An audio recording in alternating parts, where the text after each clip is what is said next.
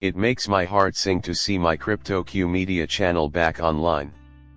We almost predicted the XRP move, and even more significantly, we forecasted what's going to happen, so I hope you're enjoying it if you're a regular here.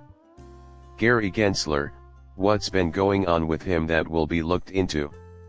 Next week, we'll take a look at potential XRP price moves and dispel some myths. Also, I have to admit, it's very bullish. If you're interested in receiving all the newest XRP news and updates, please subscribe and like the post if you find it useful. Be sure you don't miss a second of this crazy bull run by subscribing to our live broadcasts and daily updates. Now that we've covered all the bases, I'd like to share the video with you. Supposedly, Gary Gensler, who might be ready to quit tomorrow, is largely responsible for the massive increase in the price of XRP that happened today. To which you may wonder, why has something fresh recently been released? Never forget that Trump has threatened to terminate him on his first day in office, as he has said before. It is clear that he has been successful in keeping his word based on the individuals he has selected to cabinet positions. For one reason, I think Gans is aware that the game is over. His lecture earlier today was fascinating, so I guess that's a given. His attendance at a financial conference is of the utmost importance, and the spotlight is on American households. I will paraphrase a couple things he said because it was fascinating. Amazing SEC employees were a recurring motif in his speeches. He frequently mentioned that they could discover higher paying positions elsewhere. Everyone knows that the risk asset market takes a hit since the SEC is trying to protect the capital markets. In order to continue, he says that his parents were prosperous traders who invested their entire family's savings in the stock market. Next, he discusses the effectiveness of the SEC. Concerning effectiveness, which aspect is more interesting? I shall now display this on the screen for your convenience. Finally, I'd like to say how grateful I am to have worked with my fellow SEC employees, who fight valiantly to protect American families' financial interests. His parting words would be quite interesting. It is of little consequence at this stage. I can't help but think he's giddy with joy and wants to tell everyone about his team. However, issues arise when a total of 18 judges or senators decide to take action against Gary Gensler, accusing him of crypto overreach and even going to the extent of filing a petition or scheduling a hearing against him.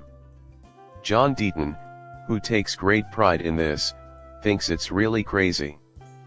I am really satisfied with my decision to sue the SEC on January 1, 2021, which was 9 days following the filing of the Ripple XRP case. It was my contention in the complaint that the SEC may have filed the action in bad faith and that it may have been an attempt to seize jurisdictional territory.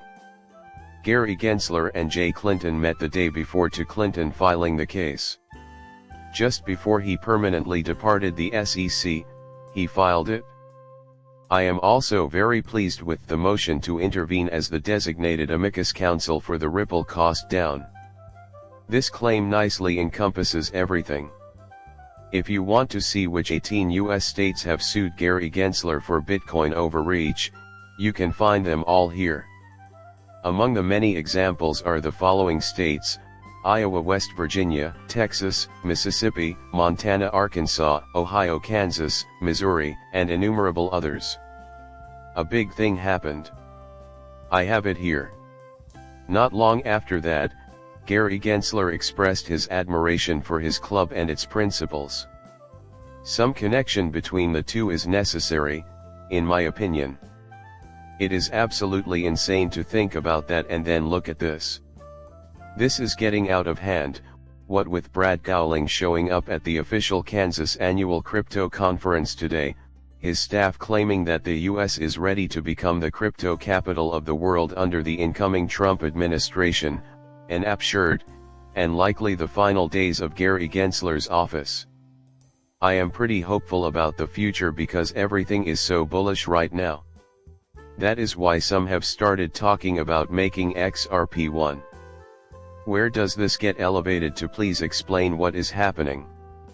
To understand the complete madness of the last 24 hours and, I assume, the next 24 hours as well, all you have to do is glance at the chart right now.